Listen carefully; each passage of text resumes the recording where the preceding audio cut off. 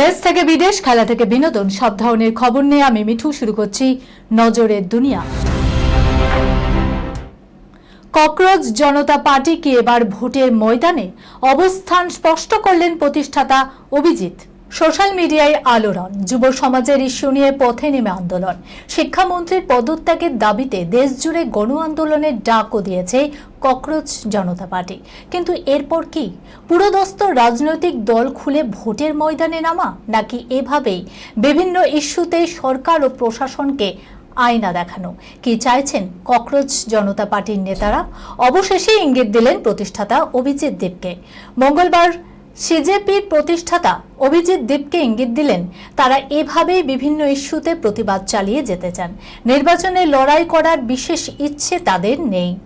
লাগাতার প্রধানমন্ত্রী নরেন্দ্র মোদী আরএসএস তথা বিজেপির সমালোচনা করলেও অভিজিৎ দেবকের কথাই ইঙ্গিত যে জনসমর্থন তিনি পাচ্ছেন, সেটাকে ভোটের বাক্সে নিয়ে ফেলার কোনো ইচ্ছা আপাতত তার নেই।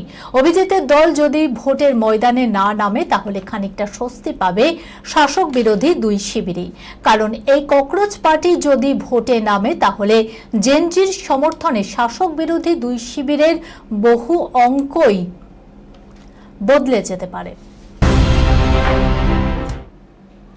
গুণমান পরীক্ষাতে ভারতের ডাহা ফেল, নেপালের অর্থোডক্স চা উৎপাদন বন্ধ 53টি কারখানায়। দীর্ঘদিন থেকে নেপালের নিম্নমানের চা আমদানি করে দার্জিলিং চায়ের ব্যান্ডে চালানোর অভিযোগে সরব ছিলেন উত্তরের চা বণিক সভাগুলো। তাদের দাবি মেনে ভারতীয় চা পর্ষদ বাধ্যতামূলক গুণমান পরীক্ষার নিয়ম চালু করেছে, আর তাতেই আটকে গেল নেপালের 3 লাখ কেজিরও বেশি তৈরি অর্থোডক্স চা। সেই ধাক্কায় বেসামাল নেপালের 53টি চা কারখানায় উৎপাদন বন্ধ হয়েছে। চা বণিক সভাগুলো সূত্রে জানা গিয়েছে 1 মে থেকে ভারতের চা পর্ষদ বিদেশ থেকে আমদানি করা চায়ের স্ট্যান্ডার্ডস অপারেটিং প্রসিডিউর অর্থাৎ গুণগত মান পরীক্ষার নিয়ম কার্যকর করেছে। ওই কারণে নেপাল থেকে ভারতে প্রবেশ করা প্রতিটি ট্রাকের চায়ের নমুনা আলাদাভাবে বাধ্যতামূলক ল্যাবরেটরি পরীক্ষার মধ্য দিয়ে যেতে হচ্ছে। সেটা করতে গিয়ে 3 লাখ কেজিরও বেশি নেপালি চা আটকে পড়েছে। পরীক্ষার রিপোর্ট পেতে 2 সপ্তাহেরও বেশি সময় লাগতে পারে। ওই সময় নেপাল থেকে পাঠানো চা বিক্রি করা সম্ভব নয়। যদি নমুনা পরীক্ষায় উত্তীর্ণ না হয় তবে সেই চা হয় নষ্ট করতে হবে অথবা ফেরত পাঠাতে হবে। মেলোনির ঠোঁটে চুম্বনের চেষ্টা জেলেনস্কির। G7 সম্মেলনে অস্বস্তিতে ইটালির প্রধানমন্ত্রী, ভাইরাল ভিডিও। ফ্রান্সে আয়োজিত G7 বৈঠকে বিশ্ব নেতাদের উপস্থিতিতে তৈরি হলো অস্বস্তিকর মুহূর্ত। পাশ্চাত্য রীতি মেনে গালে গাল ঠেকিয়ে অভিবাদন জানাতে গিয়ে পরিস্থিতি এগোলো ঠোঁট ঠাসা চুম্বনের দিকে। ইউক্রেনের প্রেসিডেন্ট জেলেনস্কির ও ইটালির প্রধানমন্ত্রী জর্জিয়া মেলোনির এই কাণ্ডে বিশ্বমঞ্চে তৈরি হলো অস্বস্তিকর পরিস্থিতি। কোনো মতে বিষয়টি সামলে সেখান থেকে সরে পড়লেন মেলোনি। ঘটনার ভিডিও সোশ্যাল মিডিয়ায় রীতিমতো ভাইরাল হতে চর্চা শুরু হচ্ছে নেটপাড়ায়।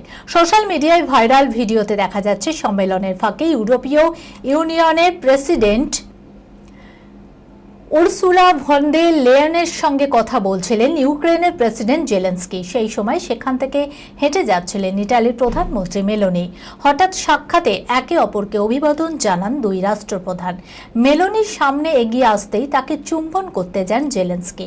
অস্বস্তিকর এই পরিস্থিতি কোনো মতে সামলে পাশ্চাত্য রীতি মেনে একে অপরের গালে গাল ছোঁয়ান দুই রাষ্ট্রপ্রধান। এরপর যে যার পথ ধরে এগিয়ে যান। এই ঘটনার ভিডিও সোশ্যাল মিডিয়ায় ভাইরাল হতেই চর্চা শুরু হয়েছে। বিদেশি মুন্ডাই মন মজল মিঠুন কন্যার। সমুদ্র সৈকতে ঠোঁট ঠাসা চুমুতেই বাগদান। কবে বিয়ে দিশানির? দেখুন, বিদেশি প্রেমিকের সঙ্গে আংটি বদল করে ফেললেন মিঠুনের দত্তক কন্যা দিশানি। সমাজ মাধ্যমে পোস্ট করে সুখবর দিলেন তারকা সন্তান। মিঠুন ও যোগিতা বালি 3 পুত্র সন্তান রয়েছে। 3 পুত্র সন্তানের পর কন্যা সন্তানের বাবা হলো অভিনেতা। দিশানি চক্রবর্তীকে দত্তক নিয়েছিলেন ফাটাকেষ্ট মিঠুন চক্রবর্তী। সেদিনের ছোট্ট দিশানি বর্তমানে প্রাপ্তবয়স্ক।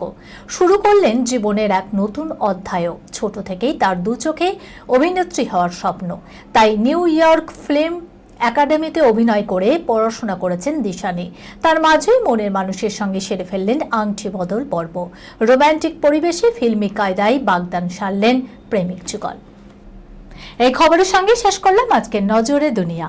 আপনারা দেখছেন টিভি 24 বাংলা, সংবাদ বিনোদন সারাদিন সারাক্ষণ।